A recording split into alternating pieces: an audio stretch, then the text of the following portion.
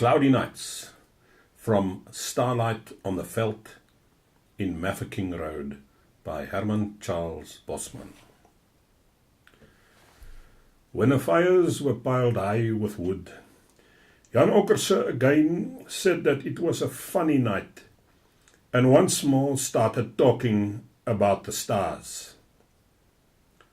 "What do you think sailors do at sea, Skulk?" he said.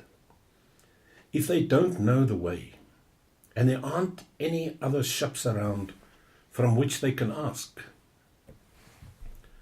"They've got it all written down on a piece of paper with a lot of red and blue on it," I answered.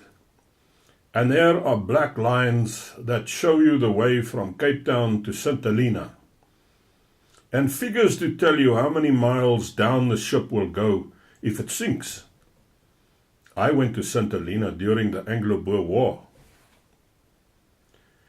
You can live in a ship just like an ox wagon. Only a ship isn't so comfortable, of course, and it's further between outspans." "I heard somewhere that sailors find their way by the stars," Jan Okkerse said. "I wonder what people want to tell me things like that for." He lay silent for a while, looking up at the stars and thinking. "I remember one night when I stood on Annie Stein's stoep and spoke to her about the stars," Jan Okkerse said later. "I was going to track with the cattle to the Limpopo because of the drought. I told Annie that I would be away until the rains came, and I told her that every night when I was gone, she had to look at a certain star and think of me. I showed her which star. Those 3 stars there that are close together in a straight line. She had to remember me by the middle one," I said. But Annie explained that Willem Mostert, who had tracked to the Limpopo about 3 weeks before, had already picked that middle star for her to remember him by. So I said, all right, the top star would do. But Annie said that one already belonged to Stoffel Brink. In the end, I agreed that she could remember me by the bottom star.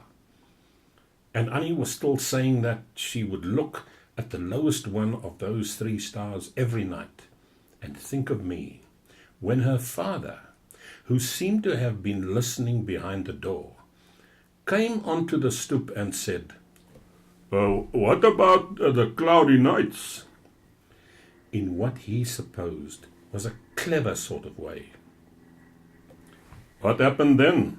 I asked Jan Okkerse. Annie was very annoyed. He replied, She told her father that he was always spoiling things. She told him that he wasn't a bit funny, really, especially as I was the 3rd young man to whom he had said the same thing. She said that no matter how foolish a young man might be, her father had no right to make jokes like that in front of him. It was good to hear the way Annie stood up for me. Anyway, what followed was a long story. I came across Willem Mostert and Stoffel Brink by the Limpopo, and we remained together there for several months. It must have been an unusual sight for a stranger to see 3 young men sitting around the campfire every night, looking up at the stars.